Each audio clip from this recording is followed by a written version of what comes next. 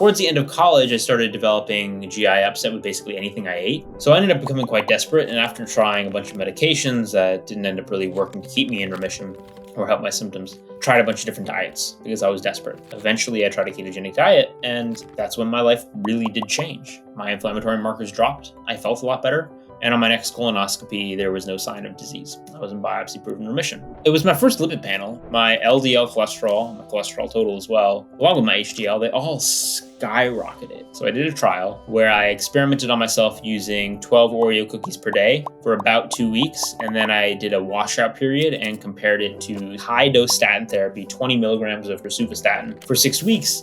The Oreo cookies were twice as potent at lowering my cholesterol, lowering my LDL, as high-intensity statin therapy. So that was me being intentionally provocative to get more discussion around the physiology of cholesterol changes in carbohydrate-restricted diets. The reason being is changes in cholesterol still remain like the boogeyman of low-carb diets, and I think they have so much clinical utility. We need to address this boogeyman and understand what's going on so that we can properly and broadly implement low-carbohydrate and ketogenic diets for people where they could be useful.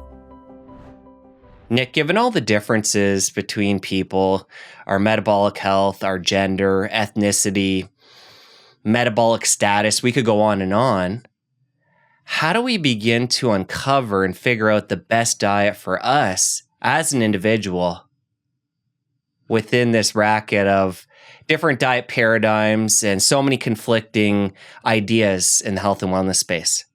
That's an excellent question. And I mean, the obvious thing, I'll start with the obvious. It starts with the realization that there is no one size fits all, that you have to start by considering who you are as a person, including your metabolic baseline. Are you metabolically healthy or unhealthy? And then what your goals are, what you're optimizing for. Because any diet, has an effect based on the consumer. And then, you kind of have to aim your diet, your lifestyle in a particular direction, at least as far as optimization goes. And then from there, I think a lot of achieving metabolic health has to do with being observant and iterating towards your predetermined goal, which means seeing, how does this intervention affect me, and then tweaking and tweaking and tweaking to get ever closer to what you want to be. And the kind of cool thing about it is you can always take it in a new direction depending on where you're trying to optimize for at any one point in time. And the thing I love about metabolic health in general is that, and the reason I don't like to say I'm a nutrition scientist or into nutrition science, is it's diet tribe agnostic. Like, it's about the outcomes, the proofs in the pudding, the proofs in the markers, your performance, how you feel. There's many different ways to skin a cat. And it's one of those things where it's like, nobody can tell you otherwise if it's working for you. So that's my high level vision. And in terms of like how to help people achieve that, or how people can achieve it for themselves, really, I think it's about finding that power in realizing that you really have more power than I think you give yourself credit for. I said this in a short the other day, and I was not being hyperbolic at all. Like, I've done a lot of formal education. Undergrad, I did cell bio and biochemistry. Then I went to grad school for metabolism to do my PhD in that. Now I'm finishing up my 4th year at Harvard Medical School. It's over a decade of formal education, and has not taught me even a tenth of what I've learned by just trying things on myself and experimenting. And that is something that's accessible to everybody. And we're living in an information age now where like people have access to platforms like this where they can learn about metabolic health and kind of get the crystallized knowledge background and to order, kind of to frame their individual metabolic health journeys. That's my long-winded answer. Well, we're in the situation in the modern world, at least in the West, where a lot of people are metabolically sick, and they're somewhere on that continuum from insulin resistance all the way to type 2 diabetic. Let's talk to insulin resistance to start, because this is going to be a big catch-all category for a lot of people. Let's talk about what that is, and then we can get into specifics of how to back out of that. I mean, insulin resistance, as the name implies, is your body is resistant or isn't good at listening to signals that come from the hormone insulin. So, you release a basal amount of insulin. I just want to kind of say that because people are like, oh, you go low carb, your insulin goes away. No, you're always releasing some insulin unless you have type 1 diabetes. But generally, your insulin, releases increase in response to food, in particular carbohydrates. And that's really important for kind of, orchestrating the hormonal milieu that should follow a particular environmental exposure, in this case, carbohydrates, also protein, et cetera, but primarily carbohydrates. And if you become insulin resistant, what ends up happening is your body tries to shout louder and louder and louder with the hormone insulin. So your pancreas, which produces insulin from its beta cells, will release more and more insulin to try to compensate for the fact that a lot of tissues aren't getting the signal. And so in pathological insulin resistance, what you have is increasing levels of insulin to try to offset the insulin resistance. Now, as you develop type 2 diabetes, your pancreas starts kind of getting fatigued. You can think about it like that. And so then the insulin release can't compensate for the resistance. But there's an interesting element here, which is why there's such broad metabolic dysfunction and insulin resistance, is your body is not a homogeneous blob, specifically with respect to insulin resistance. So different tissues will become differentially sensitive to insulin. Some actually won't become that resistant, whereas others will become profoundly resistant. And the reason this is so problematic and causes the metabolic dysfunction is you're going to have some tissues that are getting overstimulated by insulin because your pancreas is trying to compensate. So there's a lot more insulin around, and they're getting too much signal. So, for example, your liver, the pathway that controls de novo lipogenesis, which is the generation of new fat, insulin can stimulate that, and that pathway doesn't become insulin resistant as much. So as your body's trying to compensate, it's signaling to your liver to make more fat, then you're getting fat produced and spilled out into the bloodstream, and then you get hypertriglyceridemia.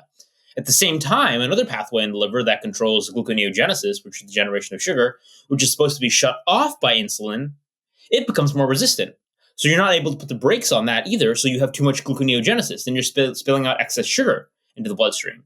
So you can see how complicated this gets. That's even in one tissue, where because of the heterogeneity of insulin resistance across the body, you get this broad metabolic dysfunction, which can really screw people over. That's an important layer to this. A lot of people aren't talking about the differentiation within cells becoming insulin resistant at different times and different pathways within cells. Yeah. Anything practical we can take from that piece, or is it just an interesting piece that we can be mindful of as we're navigating this? Well, I think in general, maybe I'm an outlier in the way I see things with respect to my health, but a lot of education for me is about giving people the tools and hopefully inciting curiosity to just be more invested in their health journey. When you understand what's going on inside of you, it makes it easier not only to adopt behavior change, but to stick with those changes as you start to get this picture about what's going on in your body metabolically. So when you have an appreciation for that complexity, I just think for some people it really helps inspire behavior change. That said, I mean, we can talk about practicals with respect to insulin resistance. So for example, let's talk about actions at adipocytes, fat cells. If you're hyperinsulinemic, you have high insulin, that's sending a signal to the fat cells to store a lot of fat. And so people who are insulin resistant and are hyperinsulinemic, they're going to be the ones that respond more poorly to dietary carbohydrates, with fluctuations in glucose and also fluctuations in insulin, whereby, when you eat, there's energy in food, and that energy needs to be partitioned somewhere. And actually, a large part of obesity, at least one school of thought, is that obesity is driven by maladaptive fuel partitioning, at least over the long term, where look, I take in some energy. Let's say I overfeed. Let's say I have my maintenance calories, right? And then I just eat an extra 1,000 calories. We know we know there's a lot of heterogeneity in how people will respond. Some people will gain next to no weight, and some people will just pack on the pounds. We know people in our lives that are in both camps. Well, what differentiates them? One way to think about it is fuel partitioning, which can be driven in part by insulin resistance. And if you're someone who takes that excess energy and partitions it into fat, what ends up happening is your fat cells expand, and then downstream of that, you get hungrier to make up for that, quote, energy deficit, and you have decreased energy expenditure. So the calorie balance kind of follows maladaptive fuel partitioning that occurs with insulin resistance. And you can see how that sets up a terrible vicious cycle. Because let's say that happens. Let's say you eat a little bit extra, And those extra calories go into fat because you're insulin resistant and it's fuel partitioning into fat cells. Then you get hungrier and more tired, so you're expending less energy. So you're hungrier and you're going to have a snack. What do you end up snacking on? Probably not hard-boiled eggs or sardines. You're probably going to go for the cake or the potato chips or something else that's going to spike your insulin, and your insulin resistant state. It's also going to further promote packing that excess energy back into fat cells. So you get this vicious cycle whereby the fattening, the adipocytes growing, drives binging, and then you binge on things that cause adipocyte growth, and round it goes. Versus, the converse of that is if you're insulin sensitive, then, you overeat, fuel gets partitioned into excess energy expenditure, and the whole cycle never really gets started in the first place. And you then maybe have an ability to make better food choices if you're not being driven by this hormonal hunger the whole time. So I think, understanding that helps people maybe begin to break the cycle by making informed choices with respect to what they eat, rather focusing on what's going to promote better fuel partitioning, healthy metabolism in the long term, which is going to set you up for long-term success, versus where a lot of people's minds are focused, which is trying to restrict energy in the short term, which ultimately leads to, metabolic and behavioral failure. And then you end up in a learned helplessness place where you're upset that you can't lose weight and you think your metabolism is broken when it's not. It's just that proper education hasn't been provided. And where people are putting their efforts might not yield the biggest bang for their buck. It might even be hurting them. Well, let's get really nuanced into the practical steps out of insulin resistance when it comes to diet. You talked about how likely somebody in that position when they get hungry is going to opt for chips or something that's going to respike insulin and glucose. Yeah. If somebody is overweight, insulin resistant right now, and they're eating a standard type diet, what are the first steps dietary wise you'd recommend to somebody to work back out of that? I mean, I think it depends on to meet someone where they are. So I do think that there is a particular metabolic advantage to carbohydrate restriction. I'm not going to say it's the only diet to improve insulin resistance and promote weight loss, but in terms of efficacy, even controlled for calories, low carbohydrate diets do appear to have a metabolic advantage. This has been shown in randomized controlled trials in metabolic syndrome, again, even matched for calories. So there's an advantage there. And it makes sense, right? Based on basic physiology. If you're eating fewer carbohydrates, then you are going to tend to have more stable blood sugar, more stable insulin, and you're going to get less of the signal to that fat cell to store the fat. Okay.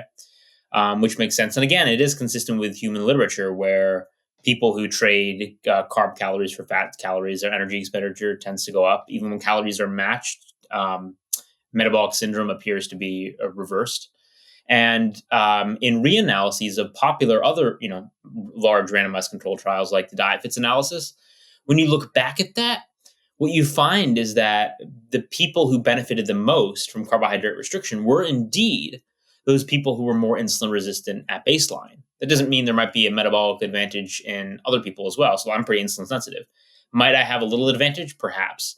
But if I were insulin resistance, the delta will be a lot bigger. So I think if you're someone who has insulin resistance, metabolic syndrome, obesity, you're going to be the person who benefits the most from some degree of, let's not even call it carbohydrate restriction, let's call it glycemic load restriction, because that's really what you're targeting. You're trying to keep your blood sugar more stable. So one could argue, incorporation of fiber is going to help with that as well. And technically fiber is a, carbohydrate. And I'm not going to say fearmonger about certain things like, say, some wild blueberries or some cauliflower. I don't think that's by any means, any way, shape, or form bad for you. But staying away from the pastas, the cereals, the grains and stuff like that will probably yield some positive results. So I'd say start there. But in starting there, I think in order to optimize for success, there's some things you have to get in place first, which is a supportive community, resources you're going to turn to, and thinking about how you're going to construct your environment to enable success. Because if you're living in a household or a living situation where you're inundated with candies and sugars and cereals and your kind of Achilles heel food, and also around people and in a social group who are going to be pushing these on you, I will tell you it's going to be very, very difficult to succeed. Because the hardest part, I think, about carbohydrate restriction for most people is peer pressure. especially once you've adapted to these diets, are really pleasant. Like, I don't miss bread or any carbs whatsoever, but I will still say, even now, after being keto for 5 years, there are those awkward social moments where people are going to be pushing carbohydrates on you, or pushing, let's be more concrete and specific with like the quote unhealthy carbs, candy, sugar, sweets.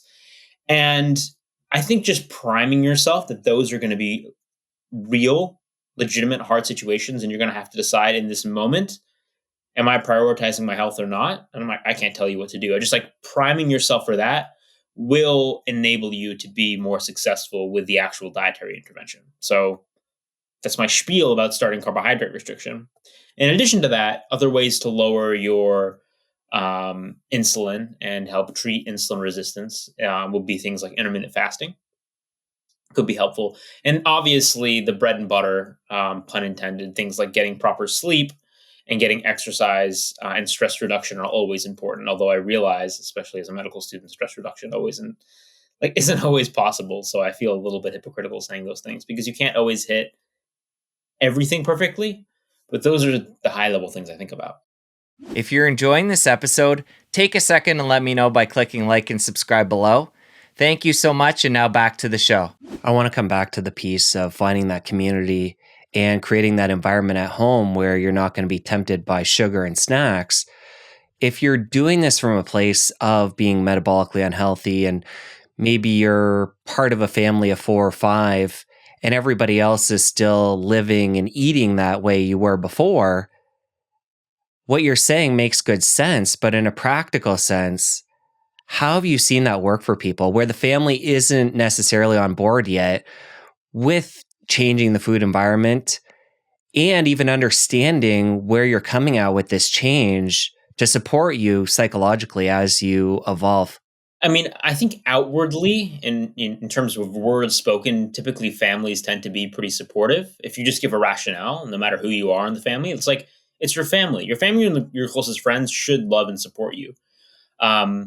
However, there's always going to be kind of the subliminal messaging, just because food is, for a lot of communities and families, love. So it's going to be like continuously on offer, and you just kind of prime yourself, brace yourself for moments of awkwardness, moments of even guilt to an extent. Like if I go, let's say my mom wasn't aware I was keto and I was just starting off on the journey, and I go home for a weekend and she makes my, historic favorite dessert, or like a pecan pie.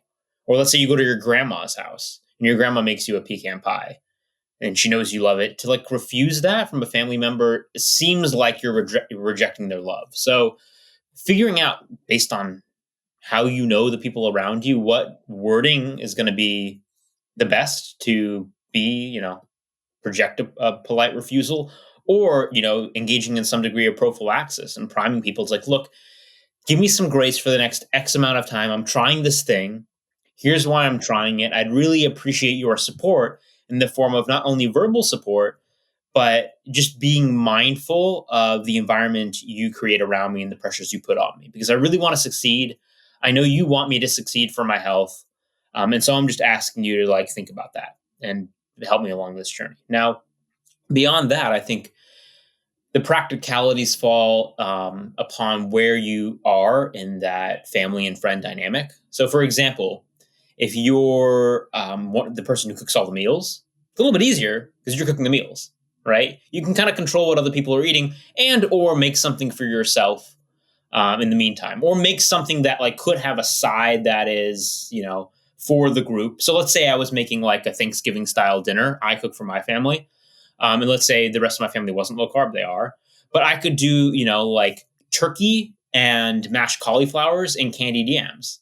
And then I could have the turkey and the mashed cauliflower, which is low carb, and just not serve myself the candied yams. But everybody else that could have that could have that. So if you cook, it's a little bit easier.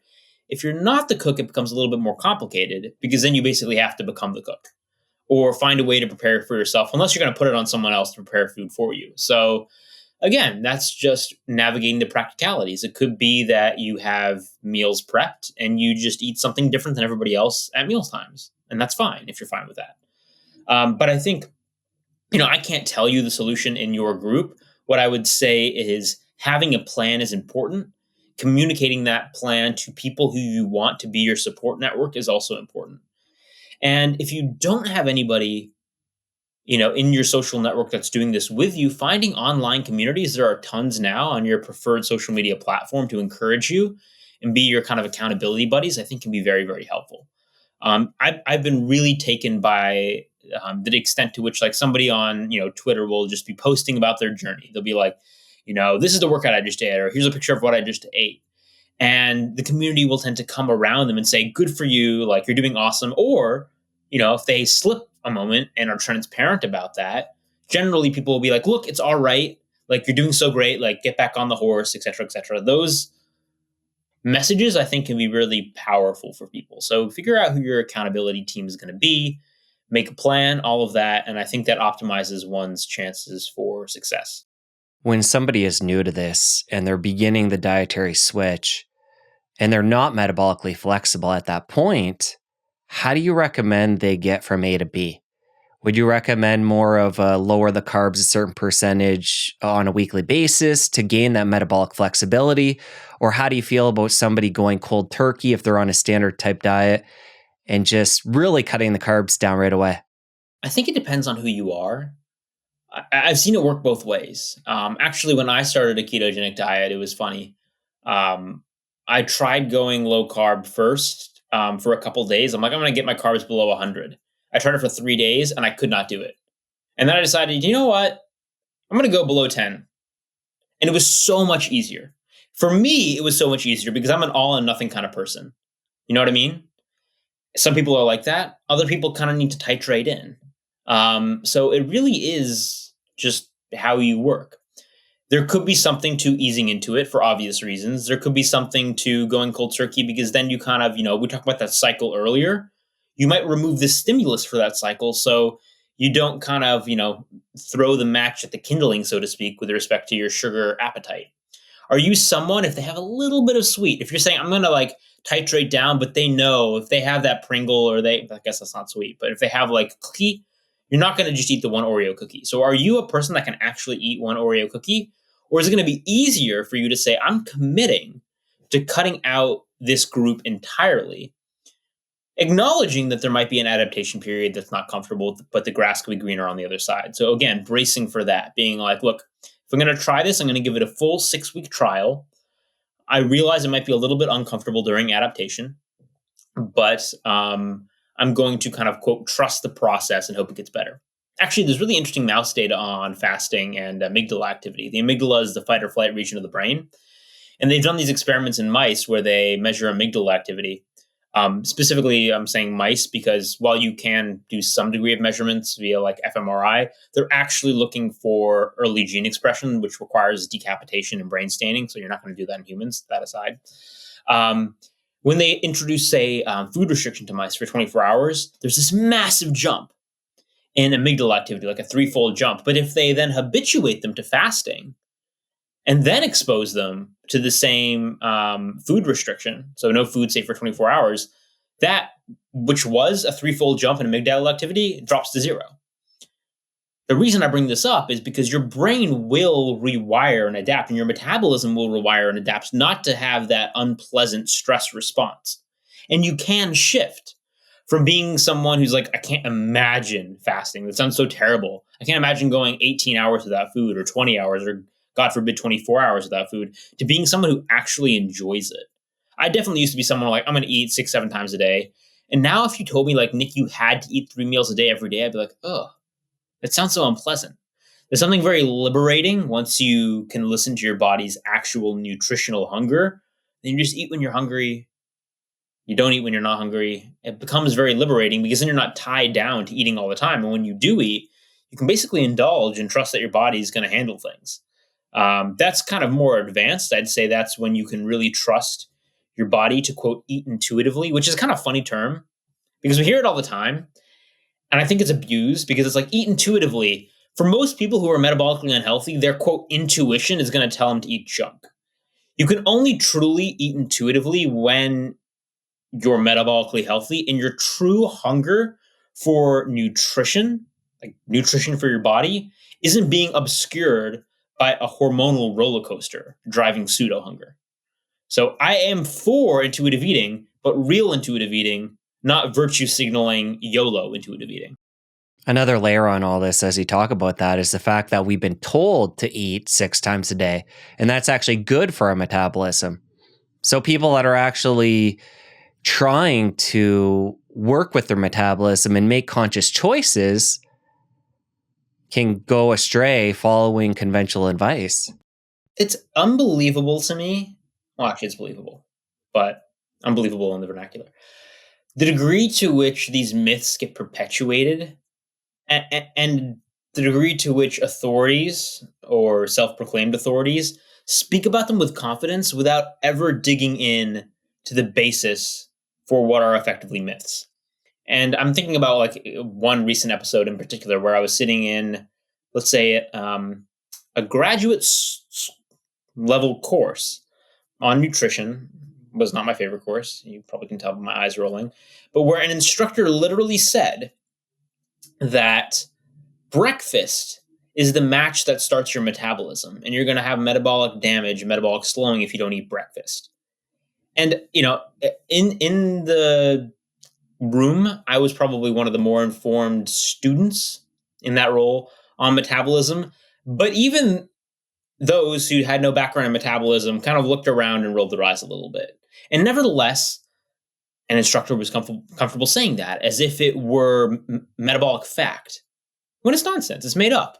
What do you mean breakfast is the match that starts your metabolism? So if I don't eat breakfast, if I don't eat for 24 hours or whatever, my mitochondria are just going to go, I give up. No more energy. Like, it's ridiculous. But it enters the common knowledge base and then just gets perpetuated as its own meme without any interrogation of the underlying data. So we have a lot of these myths that they do just like have their own life, and it is the definition of a meme. So anyway, I guess I don't like the term "do your own research" because I feel like it gives license for actually disregarding real data. But in this respect, at least question when you hear a bit of common knowledge. What's the evidence base for this? Is it something that is legit? Or are people just blowing smoke because this is now entered into the zeitgeist? Well, the 6 meals a day is one extreme. Yeah. But for somebody that is cutting back to, say, 1 meal a day, or they're having multiple meals a day, say even 2 or 3 meals, but they're really bringing calories down, is there any merit to that quote unquote breaking of the metabolism if we're really bringing calories down? Or we get hardcore into fasting and go to 1 meal a day or beyond? I think with caloric restriction, yes. Not with fasting that isn't, forcibly calorically restricted. With the whole 1 meal a day thing or longer fast, I'd say that's very individual. One, do you enjoy it? I don't think that there are big benefits to being a 1 meal a day person, say, versus being someone who eats in like a 8-hour window with 2 meals a day or even 3. So if it's pleasant for you, and you can tolerate it, fine. But I don't think you're going to get this huge metabolic advantage from being a 1 meal a day person. Also, at least for me, and just speaking from my own experience, 1 meal a day is really hard because it just causes stomach aches. Like the amount you have to eat if you're eating 1 meal a day, and the fact that if you fast, right, your body it's good for your GI tract to have a little bit of time when the highway of the GI tract isn't being, let's say there's not a lot of traffic on it. It gives time for repair. You can think about it like that. But systems in the gut do get downregulated, and they take a little bit of time to get back online. So if you're only eating once every 24 hours and you're throwing a huge bolus onto a GI system that isn't ready, it's a formula for GI upset. So I find 1 meal a day quite unpleasant. Some people really love it. If you do, then great. If you tolerate it, then great. I just put out there is an art to breaking a fast. This isn't necessarily the thing we're going to dig into today, but just be mindful of that it might end up being really unpleasant if you're just like eating one huge meal. Also, if you're someone who would tend to like then make poor dietary choices during that one meal, I see that happen as well. So I don't practice it. I think it's fine if people do. I don't think it's necessarily going to cause metabolic damage. Forced caloric restriction can cause metabolic damage, particularly yo-yo dieting, for several reasons. One thing it can do is place an obesogenic fingerprint on your microbiome.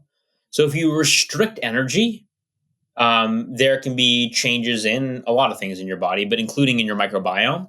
And your microbiome kind of learns to become more frugal with the energy it's provided and better at extracting energy. And the thing is, once you refeed this obesogenic fingerprint, now I'm drawing mostly from preclinical trials at this point in time, but it does definitely line up with the human data. Think about the biggest loser trials. The obesogenic fingerprint remains. And so you kind of get like this staircase function, right? It's a one way to think about it. Maybe it's the fear mongering way to think about it, but nevertheless, where you restrict, your body then has a change to be better at extracting calories from your microbiome. You probably have more fuel partitioning in fat rather than lean tissue. And then you eventually break, you refeed, and even though you've gained the weight back, it doesn't reverse the obesogenic fingerprint. And now you're set up for, being a little bit more behind the eight ball going forward. I will say I don't think it's just a upward stepwise function. Like if you've yo-yo dieted in the past, it doesn't mean you're doomed. These things are dynamic enough that they can readjust. And I've seen people's basal metabolic rates, or let's say a daily energy expenditure, skyrocket with refeeding. There's mixed data on the size of the effect, but some RCTs like the Framingham feeding trial, I think it was somewhere on the order of 200 plus calories with a carbohydrate restricted diet at 20% kcal from carbs versus 60% kcal from carbs. I'm pretty sure that was it. And in RCT, that was kind of like weight locked. So they were looking at energy expenditure by virtue of like what you need to maintain a certain weight, swapping out calories anyway. So there was an advantage, but what I'll say is that has a lot of heterogeneity. So I've seen some people's metabolic rates, if they've been calorically restricted, upon refeeding jump tremendously, such that you get these paradoxical results where someone might be restricting to 1,200 calories and have still a little bit of a muffin top. And they feed up to 2,000, 2,200 calories, even with an immediate change without titration. And they end up losing weight over 3 weeks and losing body fat. That does happen. And as much as you might think, oh, the person must be lying, calories in, calories out is, the law of all diets. It's the be all end all. Pause and think that calorie balance is more a consequence than a cause of obesity. So it's more about your body, we went over this earlier, telling the energy where to go through the hormonal system. Are you storing it in fat? Are you expending it? Are you putting it into lean tissue? And so if you have a change that also favorably changes fuel partitioning, you could have massive increases in things like energy expenditure. And you could be partitioning less energy into fat tissue. So it's perfectly feasible that somebody could go from a 1,200 calorie diet to a 2,000 calorie diet and, over a short time frame from that change, actually end up losing weight, and over the long time frame as well. So long answer short, you can induce metabolic damage with caloric restriction. It can be recovered, although the cycle of yo-yo dieting, where you just focus on restricting calories and you break and you go back to restricting calories, generally will put you behind the eight ball and make it harder and harder to lose weight until you get that metabolic reset. As you were talking about calories there, it brought out for me an experiment you did where you had 4.5 pounds of butter in a week and actually lost weight. Yeah. So I think talking about this is a good way to illustrate the calorie piece and how it's just a portion of that story when it comes to weight loss, weight gain. Yeah, I mean, it was interesting. It was actually part of a cholesterol demonstration experiment that kind of flopped because I went to get the final labs and the lab just didn't draw the right lab, so I didn't have any final data. But the intent was actually to gain weight, but specifically gain weight on a ketogenic diet by overfeeding saturated fat-rich source, butter. So I ended up eating well over 4,000 calories per day, which is higher than my normal intake, primarily by just slamming lots of butter. I ate over 4.5 pounds of butter in that week. And I ended up losing weight, which I think demonstrates a few things. One, people have different responses to overfeeding. I am not generalizing that as a response. I do not think the average person would lose weight by just adding butter to their diet. But the data show there's huge heterogeneity in terms of how people respond to overfeeding. A large part of it might be that fuel partitioning directs more energy in some people to non-exercise activity thermogenesis. This was even shown variations in fat gain with non-exercise activity thermogenesis, I think in 1999 in Phillips et al. You can look that up. But basically, if I overfeed, what happens? My body temperature goes up, I get really jittery, I bounce around, and I just expend that energy for the most part. Maybe I even overcompensate, which is why maybe my weight dropped. Let's call it was a small drop, so let's even call it no weight gain. But still, there's variations, and I'm at one extreme. Not everybody is at that extreme. But stop and think about that.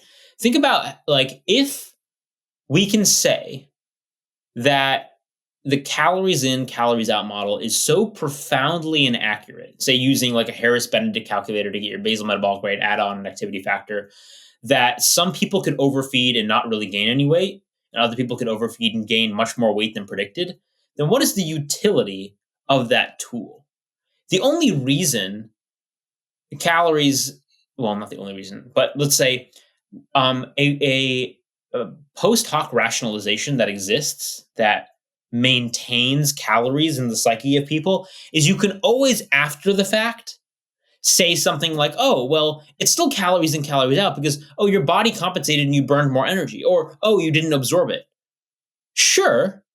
But then you're putting, that downstream. It's not a cause, it's a consequence. So just saying calories don't cause obesity, which I maintain calories do not cause obesity, is not saying thermodynamics doesn't apply. It's just placing energy balance downstream of fuel partitioning and how your body's hormones direct the energy you take in, which is why I overfed butter and didn't gain weight.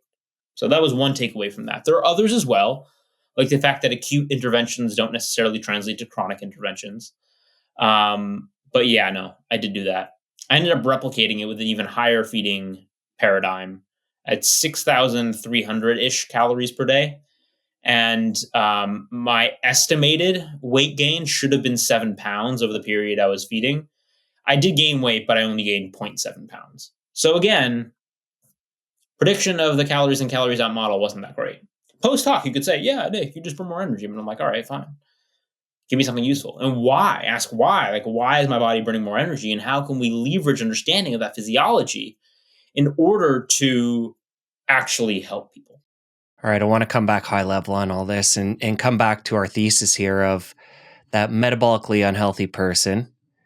Putting some of these pieces together that we've discussed here so far, it sounds like we want to lower the carbs. Calories aren't so much something we need to factor in. Intermittent fasting could be a good tool to implement as well. Yeah. When it comes to carbs, for you, you're ketogenic and you're a proponent of the ketogenic diet, but how low carb does somebody need to go? And if it is all the way to ketogenic, is there specific parts of being in ketosis and producing ketones that are adding benefit to regaining metabolic health? I would say first, again, it depends on your use case. Ketogenic diets can be very helpful for particular disorders. So maybe ketones can be beneficial. And for me, I think it's inflammatory bowel disease that ketones actually do provide some degree of benefit, in addition with an elimination factor. If you have a mental health disorder or, an inflammatory autoimmune disorder or epilepsy, yeah, you might want to go a full ketogenic diet, which might mean below 20 grams of carbs per day. But if your goal is to reduce, your insulin area under the curve and you're using this for weight loss and say metabolic syndrome, there's no particular threshold. You know what I mean? I can come up with different amounts. I could say 20% of your, caloric intake. I could say less than 10% or less than, 130, grams of carbs per day. It's all arbitrary. We like, as people, as humans who are trying to organize the world, to create categories in everything, especially in medicine and diet, where we say, here are the criteria for this disease. Here's the threshold for diabetes, an HbA1c of 6.5%. The fact of the matter is, your physiology does not care about the cut points we create. So I could tell you 50 grams of carbs. Does that mean you lose if you eat 51? No. It's just an arbitrary threshold. So it really depends on a lot of factors like your activity level, your muscle mass. The more muscle you have, the more carbs you're going to sink. Your total energy needs, stuff like that. That all aside, If you want a threshold for, I think, somewhere to start, low carb is typically considered less than 120-ish grams per day, or less than 20% of your energy needs. And keto is more like less than 5 or less than 10% of your energy needs, or less than 25 or 50 grams per day, depending on different sources you read. So those are some numbers you can think about. I agree with you on the arbitrary nature of this. I just think it's important given the complexity within the nutrition world these days, even for somebody who is going in and doing the research and trying to learn for them and their family, where there's so much conflicting information. And if somebody is metabolically unhealthy, they're going to be tired, they're likely busy, and maybe have all kinds of different obligations. We're all busy in the modern world.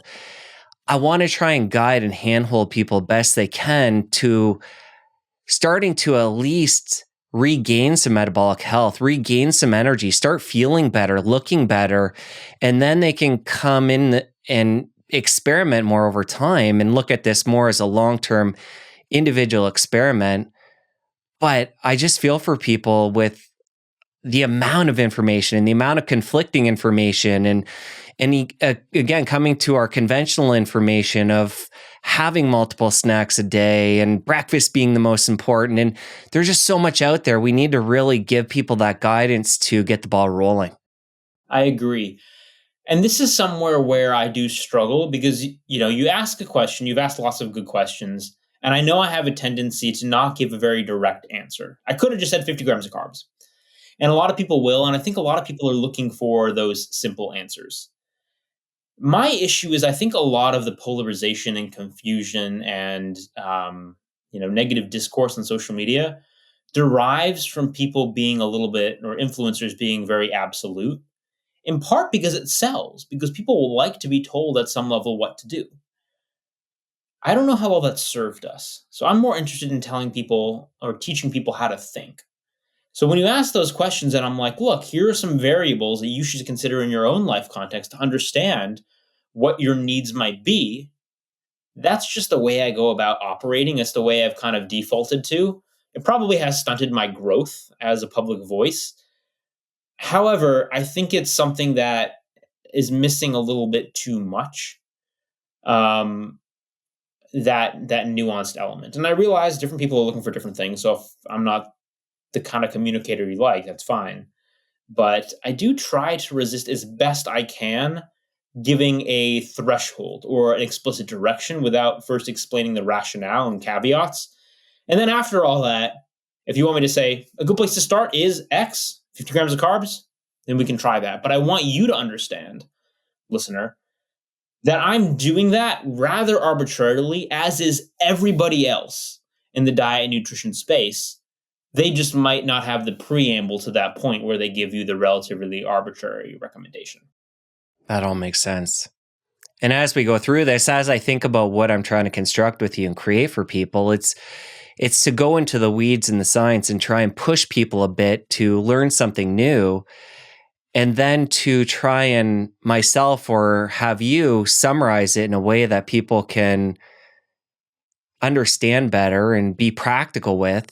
And then to give people that starting point in the practical realm so they can have takeaways at the end of this to apply and build that momentum in their life. I mean, a lot of it is just, somebody starts their journey and they're going to go to a bunch of different resources and listen to things. And there are only going to be a subset of things that stick in their brain. That, like, when they're then later like driving or laying in bed at night, they're just thinking about this thing. So it's worth getting on and communicating things in many different ways, because you never know what's going to stick for an individual. So I kind of have fun with it, and it's cool. Social media and getting on podcasts, it's good landing ground to test what resonates with people. I'm actually stealing that from Neil deGrasse Tyson. He was once interviewed and asked, why he goes on Twitter, because he's somebody who's pretty nuanced, pretty, articulate. Why would he put out like 1 or 2 sentence tweets? And he's like, because as a communicator, it actually gives me a lot of data to say, like, figure out what words are going to hit, what words are going to resonate with people, like, on an emotional level, and then get them to think intellectually. So I think that's an interesting way to frame what we try to do on different communication platforms, which can sometimes mean being provocative. Like, I can give you a 5-hour lecture or a 5-hour podcast. I actually just dropped a 5-hour podcast with Simon Hill on lipids. I can also drop 6 seconds of being snarky about a Joe Rogan clip where he says calories aren't the problem, brother. It's sugar and bullshit, which I did. And yes, it gets 400-ish thousand views on Instagram. It's pretty easy to figure out what will resonate with people. But juxtaposing those things and figuring out how you can leverage the short provocative things to, suck people into the more nuanced content that's actually going to help them if they're willing to take the time and listen to it, is kind of what the art of being a communicator is, I guess, in this space. So it's something I'm having fun figuring out. I want to talk about carbs in the realm of sugar versus starches. We've been talking about carbs, as a whole and bringing them down. We could put sugar in its own category, processed sugar, and, being a human, all of us are going to have interactions with that at times. Whether we partake or not, that's a different answer. But when it comes to, say, like white rice versus fruits and these different molecules under that heading of carbohydrates, let's talk about how you differentiate those, if at all, when we're looking at carbohydrates and bringing those down. Right. The first thing I'll say is you definitely can reduce it into various categories and molecules that have different effects. So I can tell you about the metabolic effects or the glycemic index of something like sucrose, which is a disaccharide made of glucose and fructose. And we can talk about glucose and how it hits the bloodstream really quickly and will spike your blood sugar, or about fructose. And fructose has some really interesting, unique metabolic properties, promoting de novo lipogenesis, the generation of new fat, despite the fact that it has a lower glycemic index, yada, yada, yada. I'm throwing out a lot of jargon there intentionally to point out we can dissect, and I'm very happy to, the metabolic impacts of different forms of carbohydrates. However, when we do that, I think sometimes we risk taking them out of the context of the foods that they're consumed as a part of. And that context really matters. So if I tell you something about fructose, and I do this routinely, talk about that, as an abstraction, I want people to understand it's not necessarily saying something bad about blueberries, which have some fructose, not actually that much, but also many other compounds that will impact their overall impact on metabolic health. But with that said, high level, I would say you have your starches, which are things like potatoes, pastas, cereals, grains, rice, which are kind of chains of glucose. Starch is the storage form of glucose in plants, just like glycogen is in humans.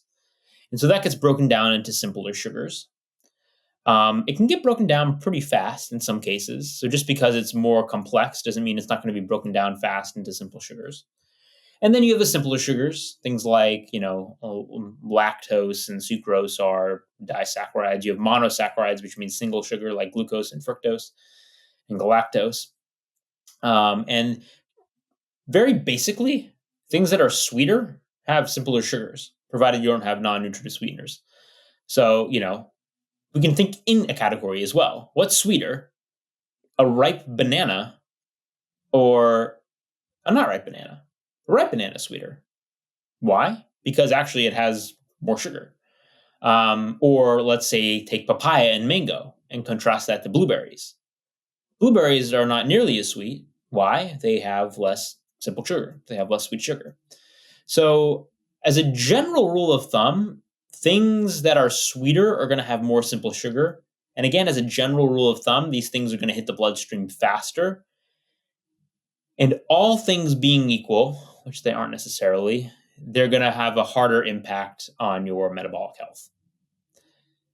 I'll pause there.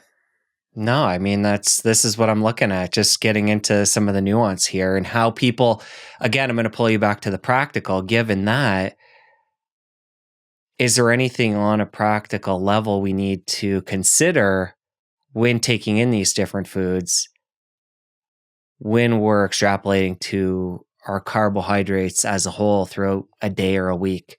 I think Rule number one is generally eat real food, real whole food. The processing of carbs in particular generally will impact their glycemic index, how fast they hit the bloodstream. In fact, it's interesting. People talk about like, oh, ultra processed foods are bad, yada, yada, yada, which I think as a heuristic they are.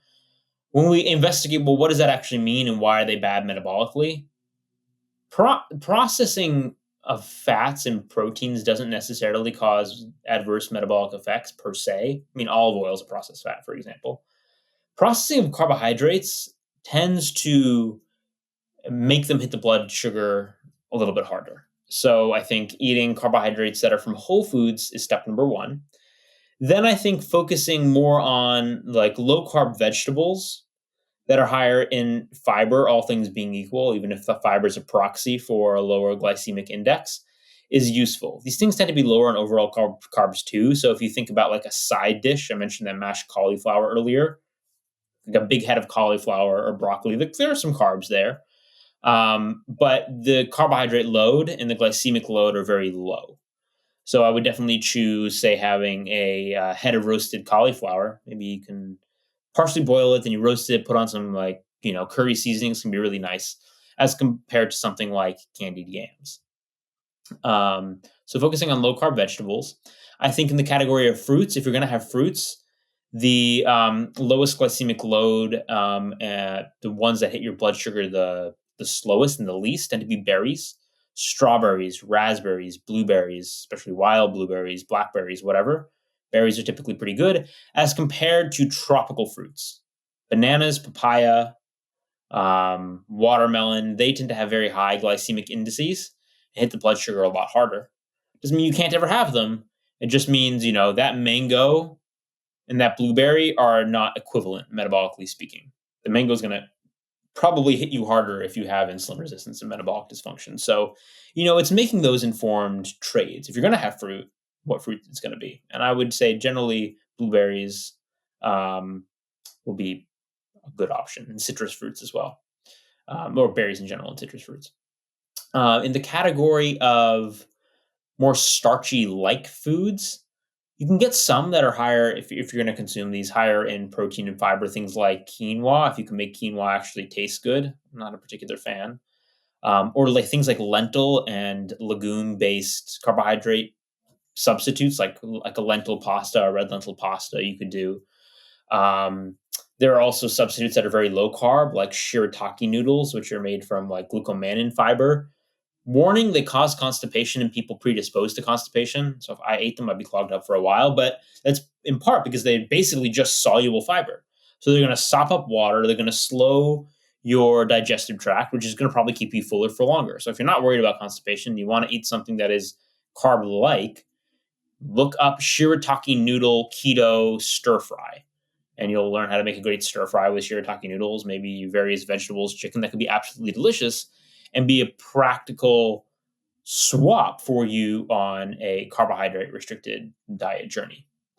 There are lots of tips and tricks and things you can discover in this space once you go digging, including just changing the way you cook a particular food. So you can cook sweet potatoes in a way that optimizes, say, the resistant starch, which lowers the glycemic load, or even just focusing on, let's say, I'm going to, boil this or steam it versus bake it. So like a baked sweet potato has a much higher glycemic load than a boiled sweet potato. You can actually kind of tell. Imagine baking a sweet potato. I don't know if you ever have, but you know how like it caramelizes and the juices come out and it has a really sweet flavor if you put it in the oven in tinfoil. If you boil it, it doesn't have that. Those are metabolically distinct. Even if it's the same potato, you might have cooked it for the same time, they're going to have different impacts on your metabolism. So there's lots of levels here. And the reason I want to highlight all the levels, maybe there's some practicals that have been sprinkled in here, but there's always things to be curious about and tweak and learn. So you might be someone like me who likes to be all or nothing and wants to just go like, say, even full carnivore diet and just eat meat and eggs for a while. But if you're not that person, or even if you were that person and now you're trying to reintroduce carbohydrates, the fact that there are an infinite number of things to tweak and see if they work for you, I think is pretty exciting and provides the basis for infinite hope and self-exploration, which if you can find the fun in that, like that is the key to success. Let's take some time and go deeper into the carnivore piece. Let's talk about how, because this fits nicely into everything we've talked about so far, and you've gotten into fiber a little bit, and obviously low carb's been a general theme of the conversation. Why not go all the way to no carb, only meat, only animal products? And I want to talk about that in a short-term sense and then longer term. Again, I think the first question you have to ask yourself is, what am I optimizing for? I think if you're someone, actually, I'll just first say, I think carnivore diets are understudied and have therapeutic applications, or probably have therapeutic applications in particular disease states. I know of lots of like clinical cases of people with severe treatment resistant autoimmune and inflammatory disorders, including inflammatory bowel disease. We actually have one retrospective case series with some pretty impressive cases in review right now, but where a complete elimination carnivore diet probably is tremendously therapeutic, maybe where nothing else is, in part because of the ketosis induced, in part because of the elimination of things that could be irritants. And so if you're someone with Crohn's disease or ulcerative colitis or various autoimmune disorders, psoriasis even, this could be beneficial for treatment, therapeutic treatment of that disorder. Now, I want to be very clear. I wouldn't extrapolate from this.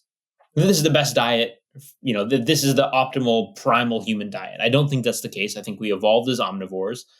And my issue with discussion around the carnivore diet is that one of the things that keeps it fringe and hinders research on it is that people tend to get very evangelical about it and make claims like it is the optimal human diet.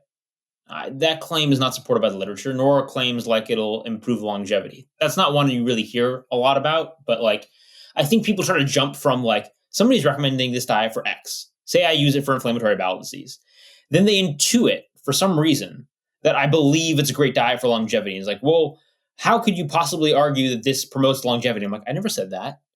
I'm not talking about that as the use case. So again, this works best when we caveat and target and are precise with our language. I would say carnivore diet, potentially therapeutic for particular use cases. Acutely, probably will help a lot of people lose weight, probably will help with particular disease conditions. Long term, I will be skeptical or concerned about potential impacts on the microbiome, and I would not argue it's optimal for longevity. Speaking about the microbiome in particular, microbiome science is really messy. I don't think a lot of it's very solid. Speaking at a high level, though, we are meta-organisms. What I mean by that is you have your human cells, you have many more microbe cells in you, and the composite there is the human microbiome meta-organism. And your microbiome massively influences your health.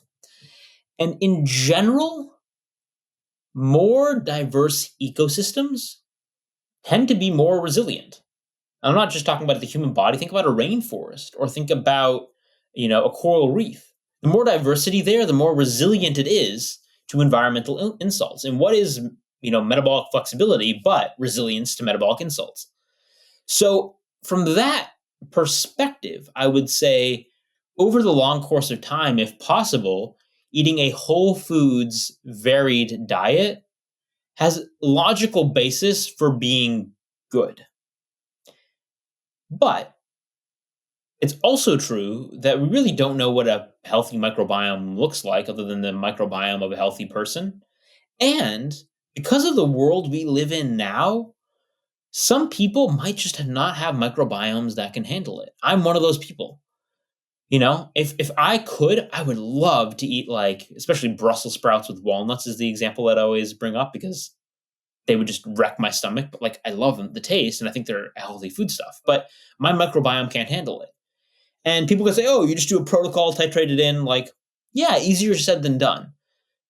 Changing your microbiome and protocols for that are really difficult. And just because a lot of us have grown up eating standard American diets or might have other insults. So for me, I had a fever when I was a tiny baby, a neonate, and I got intravenous antibiotics. And we know that can screw up your microbiome potentially for life. I think IV antibiotics as a neonate increased your risk of ulcerative colitis, which I developed by 500% later in life. I developed that in my early 20s. So I might just have a screwed up microbiome and need a more therapeutic diet that's lower in fiber. I do tend to eat lower fiber diets, and that's me. But I can separate what I think is best for me therapeutically from what kind of might make the most sense at a population level, but I don't know what boat you're in. So that's kind of my high level take on carnivore. I think it's fascinating. I think it deserves further study. I think it can truly help people. I don't think it's the best diet for all human beings. And that's, of course, setting aside ethical and environmental issues, which are a whole different kettle of fish that then get wrapped into this discussion about human nutrition because people just get emotional over this topic. So I'd like to take some time and go a bit deeper into the fiber piece as a whole, in a general sense, very high level, because it seems like low carb, carnivore, keto world, there is a group of people that say fiber's bullshit. Fiber's, they would say it's detrimental to your health, and we don't need it. I'm obviously paraphrasing and bringing a lot in there. But then there's the people that they tend to be more in the plant-based world that talk about eating diversity and coming back to what you just said, building that diverse microbiome and getting as much different types of fiber from plant material as we can to facilitate that microbiome. So again, comes back to that confusion piece where you have people saying two opposite things, where fiber is either useless or detrimental, and then other people are saying it's the greatest thing and we need to focus on that. And it sounds like you're somewhere in the middle, but just talk a little more about how you feel about that realm. I'm going to tell you how I'm going to communicate this, and it's going to involve a flex for a purpose, because I want to show that I actually do think about this deeply. So for those listening, I'll give a high-level answer so everybody can follow along, and then I'll dig deep enough that I almost guarantee even your most expert PhD plant nutritionist will not have known this. Okay, high level. Some people respond to fiber well. Some people respond to fiber poorly. This has been shown. There was a trial out of Stanford, including Sonnengard, I think was the senior author.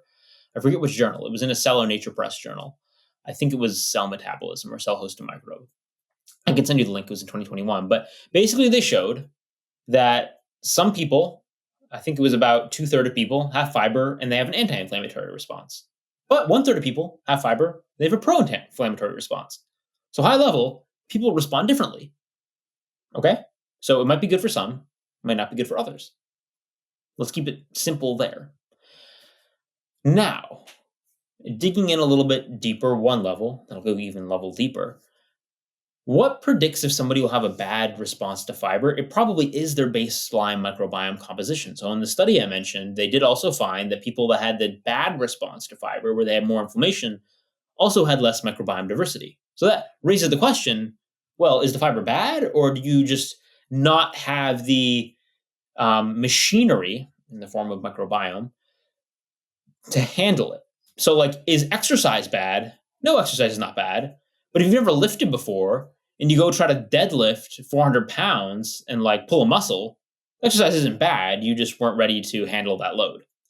So one could argue that you need protocols to improve your microbiome health. Again, these are difficult things. But I think one could argue for making the body more resilient to fiber, even just being a litmus test for overall health, if it's possible. For some people, it might not be. For me, it might not be.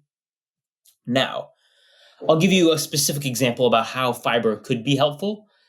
This podcast, I guess we're not live or anything, so this will probably drop after the video is released, because it's a video I have in production on a microbe called Desulfovibrio. But I was reading a lot of literature recently about GLP-1. And GLP-1, glucagon-like peptide 1, it's the hormone that drugs like Ozempic try to mimic. Massive weight loss benefits, at least when provided exogenously at supraphysiologic doses. But what we also know is that people with insulin resistance disorders, PCOS, metabolic syndrome, obesity, tend to have less GLP-1. So why is that? That's an interesting question.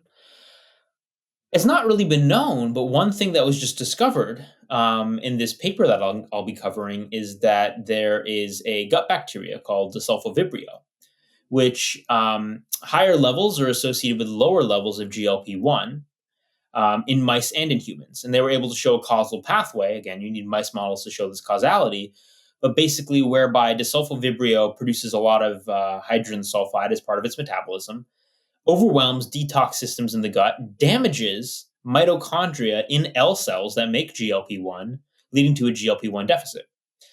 Now, there are various interventions that can deplete desulfovibrio levels by competition, in part particular fibers. So there was a randomized controlled trial in 2015 showing that inulin fiber at just 5 grams per day for 21 days could deplete desulfovibrio levels by, I think it was 42%.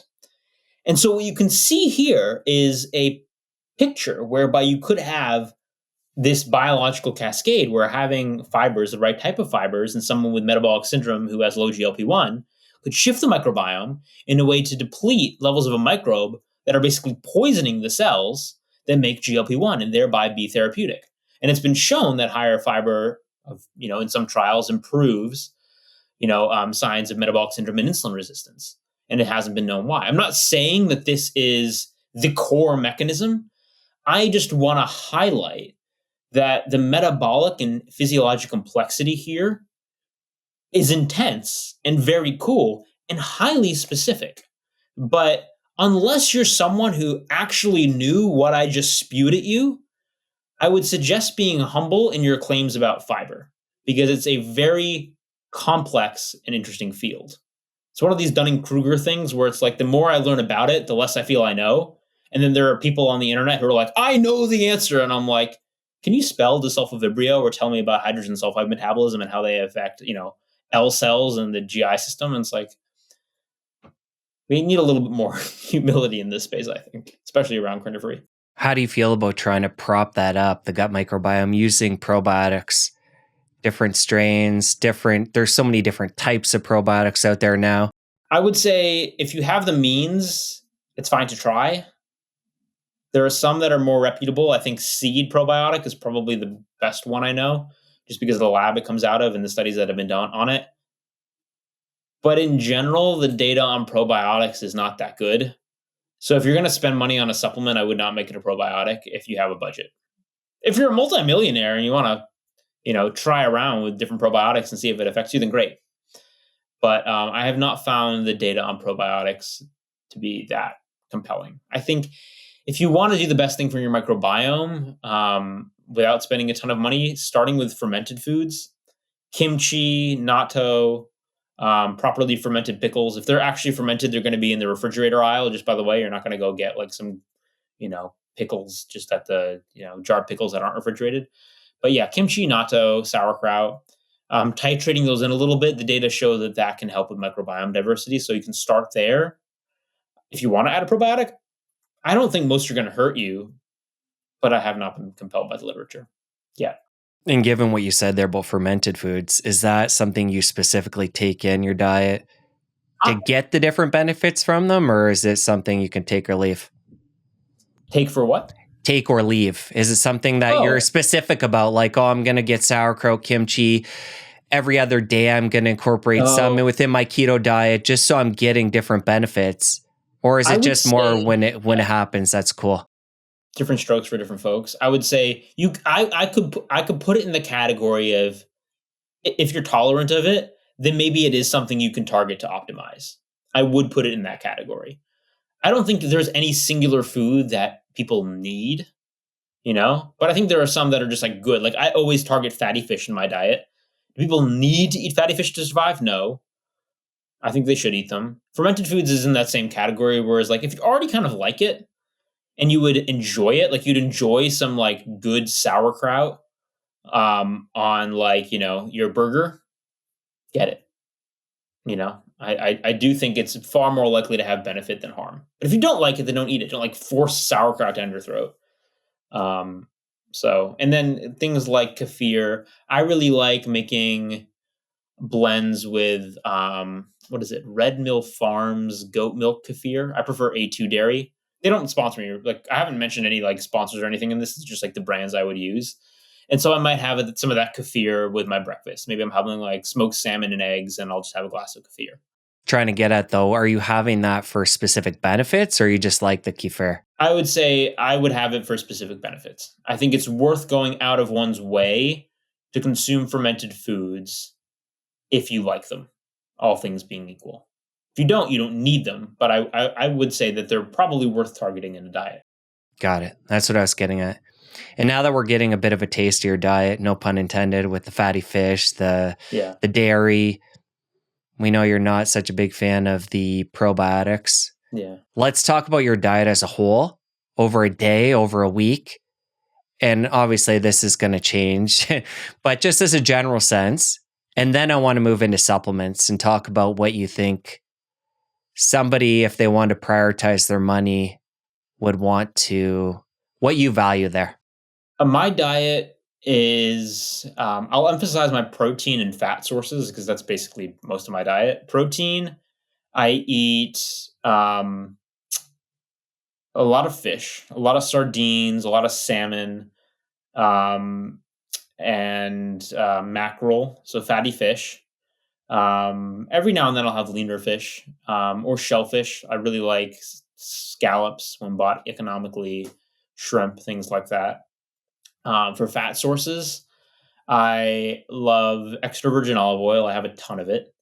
Macadamia nuts.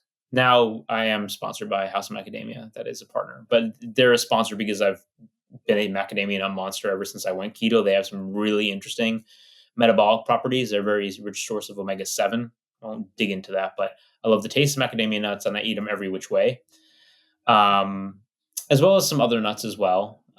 Pecans, pistachios.